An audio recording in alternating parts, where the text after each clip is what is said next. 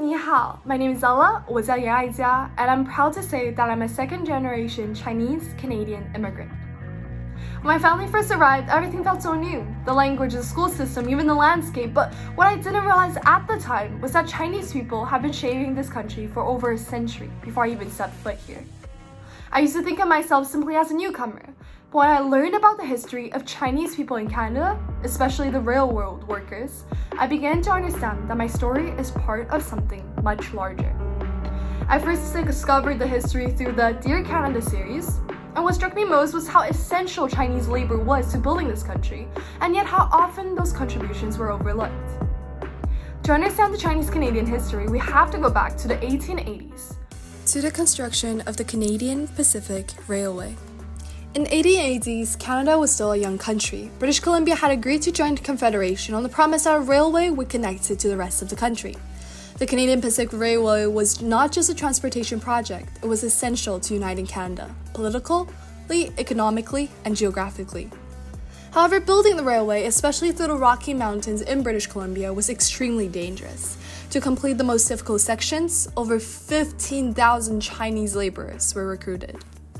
Chinese workers blasted tunnels through mountains, handled unstable explosives, cleared rock slides, and worked long hours in harsh weather conditions. They were paid significantly less than white workers and were not provided the same protections. It is estimated that at least 600 Chinese workers died during the construction, though the real numbers may be much higher because many deaths were never officially recorded. When the railway was completed in 1885, instead of recognition, Chinese immigrants faced increasing discrimination. The government imposed the Chinese head tax, eventually raising it to $500, equivalent to years of wages. Then, in 1923, the Chinese Exclusion Act was passed, effectively banning Chinese immigration and separating families for over 2 decades. The act remained in place until 1947.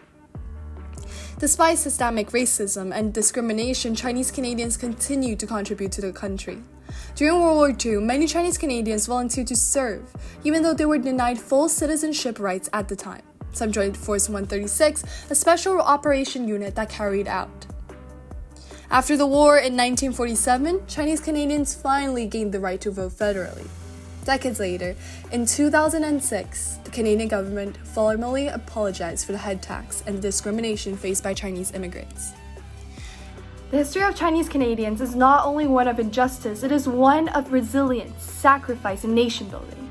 From building the railway that united Canada to serving in wartime and advocating for civil rights, Chinese Canadians helped shape this country in lasting ways.